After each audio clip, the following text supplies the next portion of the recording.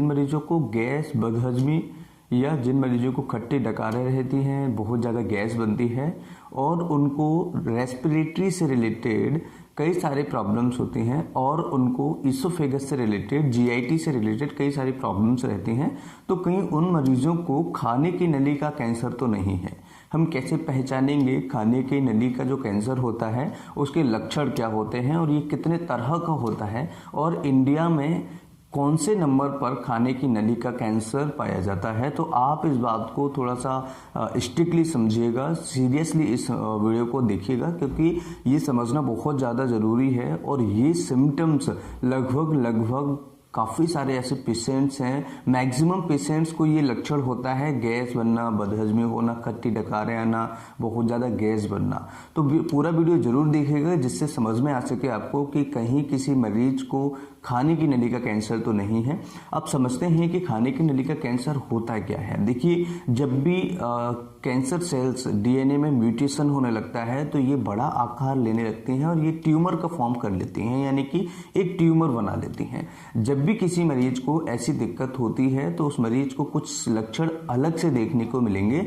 For example, हो सकता है मरीज को कुछ खाते समय अटका हुआ महसूस होना, कुछ खा रहा है मरीज तो उसको जैसे जैसे खाना नीचे जाता जाएगा, नीचे खिसकता जाएगा, वैसे वैसे उस मरीज को दर्द होगा, या एक पर्टिकुलर जगह पर उस मरीज को दर्द होगा जहाँ से खाना निकलेगा, जहाँ से होते हुए खाना गुजरेगा, तो वहाँ पर भी उस मरीज को दर्द हो सकता है।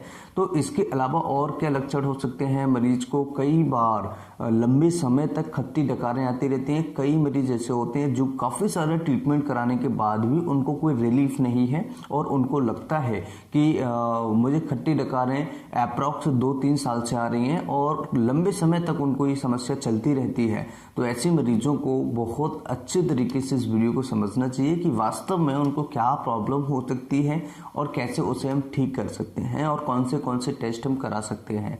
तो खट्टी डकारें आना, गले में कुछ अटका हुआ लगना, जब हम खाना खाते हैं उस टाइम पर खाना खाते समय लगना, गले के अंदर ऐसा महसूस होना कि कुछ वहाँ पर फंसा हुआ है, लंप है, या उस टाइम पर दर्द होना, या कई बार मरीज को स्वेलिंग होना इसोफेगस के अंदर, उसके आसपास जहाँ पर उस मरीज को ये प्रॉब्लम है। तो इस तरीके के लक्षण उस मरीज को अगर हैं तो उस मरीज को थोड़ा सा टेस्ट करा लेने चाहिए और उस मरीज को एक बार डॉक्टर से कंसल्ट करना चाहिए। भारत का नंबर कैंसर के मामले में 6वां है और ये इसके फैलने के जो रीजन होते हैं, इसके जो फैलने के कारण होते हैं, पान मसाला या जो गुटखा या जो आप लोग कई बार खैनी, तंबाकू जैसे बीड़ी, सिगरेट जैसी चीज़ें आप सेवन करते हैं, उनकी वजह से हमारे भारत में सबसे ज़्यादा कैंसर देखने को मिला है। कई लोग अल्कोहल का सेवन करते हैं, तो कई स्टडीज़ में, रिसर्च में पाया गया है कि अल्कोहल से भी कैंसर होने के चांसेस बढ़ जाते हैं कई बार। तो ऐसी कई सारी चीज़ें हैं, तंबाकू, खैनी, गुटखा, बीड़ी, सिगरेट्स, ये सारी चीज़ें जो हैं ये एक कारक है, कैंसर कारक हैं, इसलिए इन चीज़ों को अवॉइड करना चाहिए। और इसके अलावा कई सारे ऐसे चीज़ें होती हैं, कई सारे ऐसे कारण होते हैं जिनकी वजह से मरीज को कैंसर होता है। कई ऐसे लोग होते हैं जो कहते हैं कि सर हमने किसी भी प्रकार की सिगरेट नहीं पी है, तंबाकू, खैनी, गुटखा कुछ भी नहीं खाया है कभी लाइफ में, उसके बाद भी उनको कैंसर हुआ है। तो उसका रीज़न कुछ और हो सकता है। और अगर इसोफेगस का कैंसर किसी मरीज को है तो उस मरीज को आने वाले 1 साल में काफ़ी लंबी बीमारी देखने को मिल सकती है और बहुत सीवियर कंडीशन देखने को मिल सकती है। क्योंकि अगर ऊपर के पार्ट में, यानी कि इसोफेगस का जो ऊपर का पार्ट है उसमें अगर फैलता है तो ये हमारे फेफड़ों के आसपास के ऑर्गन्स को भी डिस्टर्ब करेगा, फेफड़ों को भी डिस्टर्ब करेगा। और अगर ये लोअर एंड में फैलता है तो हमारे लिवर में, स्टमक में, इंटेस्टाइन में उधर भी जाने की कोशिश करेगा। तो इसलिए इसोफेगस का कैंसर पहचानना बहुत ज़्यादा ज़रूरी हो जाता है।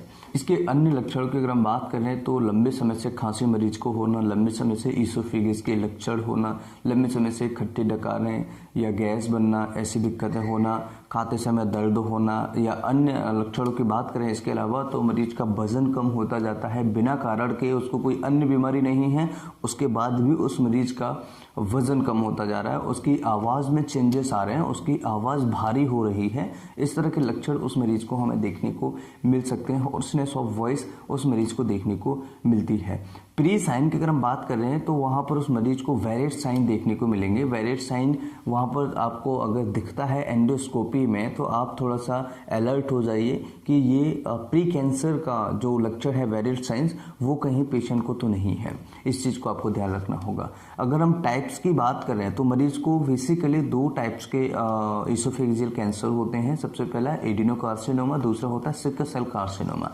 एडिनोकार्सिनोमा में जो कॉलम सेल्स होते हैं वो आगे बढ़ते चले जाते हैं और ये लोअर पार्ट में होता है, यानी कि हमारे इसोफेगस के लोअर पार्ट में आपको देखने को मिलेगा। और एडिनोकार्सिनोमा बहुत कम होता है इंडिया के अंदर, बहुत रेयरली होता है, ये इंडिया के अंदर कॉमन नहीं है, लेकिन होने के चांसेस बहुत ज़्यादा होते हैं जब हम खैनी, तंबाकू, गुटखा या आप बीड़ी, सिगरेट्स या धुआं या कोई ऐसी चीज़ के कांटेक्ट में रहते हैं जो कार्सिनोसिन कारक है, एजेंट है, तो ऐसी सिचुएशन में आपको ये दिक्कतें हो सकती है। इसके अलावा अगर हम बात करें कि सिक्वेमस सेल्स कार्सिनोमा के बारे में तो ये अपर पार्ट्स में और आपको मिडिल पार्ट में देखने को मिलता है और ये इंडिया के अंदर कॉमन होता है, यानी कि जो सिक्वेमस सेल्स कार्सिनोमा है ये इंडिया के अंदर मोस्ट कॉमन होता है और इसके अंदर सिक्वेमस सेल्स जो है वो ग्रोथ करना स्टार्ट कर देती हैं, जिसकी वजह से मरीज को काफ़ी सारी प्रॉब्लम्स होती हैं और काफ़ी सारी ऐसे सिम्टम्स होते हैं जो हमें देखने को मिलते हैं। तो बेसिकली जो लक्षण होते हैं और जो टाइप्स होते हैं कार्सिनोमा के वो बेसिकली 2 टाइप्स हैं। सबसे पहला एडिनोकार्सिनोमा, दूसरा सिक्वेमस सेल्स कार्सिनोमा। एडिनोकार्सिनोमा हमें लोअर ट्रैक्ट में, लोअर जो इसोफेगस का पार्ट है, लोअर पार्ट ऑफ इसोफेगस है या एंड ऑफ इसोफेगस में देखने को मिलेगा और ये वाइट लोगों में ज़्यादा देखने को मिलता है, जो कि इंडिया में नहीं है। बाहर विदेशों में जो वाइट लोग हैं, सफ़ेद लोग हैं, बहुत ज़्यादा गोरे लोग हैं, उनमें देखने को मिलता है एडिनोकार्सिनोमा। अगर हम बात करें सिक्वेमस सेल्स कार्सिनोमा की तो सिक्वेमस सेल कार्सिनोमा आपको इंडिया के अंदर कॉमन देखने को मिलता है और ये अपर पार्ट में और ये आपको मिडिल पार्ट ऑफ इसोफेगस में देखने को ज़्यादा मिलता है। अदर कैंसर्स भी हो सकते हैं, लिम्फोमा है या फिर आपको स्मॉल सेल कार्सिनोमा कई मरीजों को देखने को मिलता है। तो ये अलग अलग प्रकार के जो कैंसर्स होते हैं वो कई बार देखने को मिलते हैं और भी कई प्रकार के कैंसर्स हैं जो इसोफेगस के कैंसर हो सकते हैं। अब बात करें कि कैसे पता लगाया जाए और कैसे हम पहचानें कि ये कैंसर ही है या फिर कोई और कॉमन प्रॉब्लम है, तो सबसे पहले हमें एक एंडोस्कोपी कराना चाहिए। एंडोस्कोपी से हम पता लगा सकते हैं कि मरीज को कैंसर है या फिर कुछ और है। तो एंडोस्कोपी जब आप कराने जाते हैं तो ये लगभग 1500 से 2000-2500 के बीच में आपका खर्चा आता है और ये डिपेंड करता है कि आप किस लैब में गए हैं, किस डॉक्टर के पास गए हैं, उसके अकॉर्डिंगली भी ये फ्लैक्चुएट होता है, कम या ज़्यादा हो सकता है, ये आपको देखने को मिल सकता है। तो एंडोस्कोपी आपको कराना चाहिए। एंडोस्कोपी से आपको पता लग सकता है कि गले में छाले हैं या गले में वेरिएट साइंस है या पेशेंट को गले में कोई कैंसर का ट्यूमर है या कोई और प्रॉब्लम है जिसकी वजह से उस मरीज को दिक्कतें आती हैं या कहीं GERD तो नहीं है, GERD की वजह से भी खट्टी डकारें, पेशेंट को गले में जलन, पेशेंट को गले में छाले हो जाते हैं और गैस बनती रहती है। तो GERD भी आपको एक बार देख लेनी चाहिए। GERD की वजह से भी काफ़ी सारी प्रॉब्लम्स आपको हो सकती हैं क्योंकि GERD एक कॉमन प्रॉब्लम है और वो ज़्यादातर कैंसर की बजाय वो ज़्यादा पेशेंट्स में देखने को मिलता है। लेकिन हमें फिर भी अलर्ट हो जाना चाहिए, हमें फिर भी होशियार हो जाना चाहिए कि मरीज को क्या प्रॉब्लम है और क्या नहीं है। तो एंडोस्कोपी आप करा सकते हैं। अगर ज़रूरत पड़ती है तो पेशेंट को अदर ब्लड टेस्ट भी करा सकते हैं, CBC है या अदर ब्लड टेस्ट है वो भी हम करा सकते हैं। इसके अलावा पेशेंट को एक्सरे, CT स्कैन भी पेशेंट को सजेस्ट किया जा सकता है क्योंकि पता लग सके कि अगर किसी पेशेंट को कोई प्रॉब्लम है तो वो किस लेवल पर है, कहाँ पर है, एग्जैक्ट पता लगाने के लिए आपको MRI या फिर अदर इन्वेस्टिगेशन, CT स्कैन करानी पड़ती हैं। जैसे ब्रेन का अगर हमें कुछ पता लगाना हो तो हम MRI कराते हैं, स्पाइनल कॉर्ड का अगर हम कुछ पता लगाना हो तो हम MRI कराते हैं। इसी तरीके से अगर हमें ऑर्गन्स का अगर लेवल देखना हो या कुछ एक प्रॉपर फाइंडिंग्स देखनी हो तो हम CT स्कैन कराते हैं। इसलिए आपको CT स्कैन भी सजेस्ट किया जा सकता है डॉक्टर्स के द्वारा या अदर टेस्ट भी आपको सजेस्ट किए जा सकते हैं। कई बार डॉक्टर्स आपको गले का अल्ट्रासाउंड कराने के लिए दे देते हैं। आप कहेंगे कि पेट का अल्ट्रासाउंड होता है, गले का अल्ट्रासाउंड कहाँ होता है?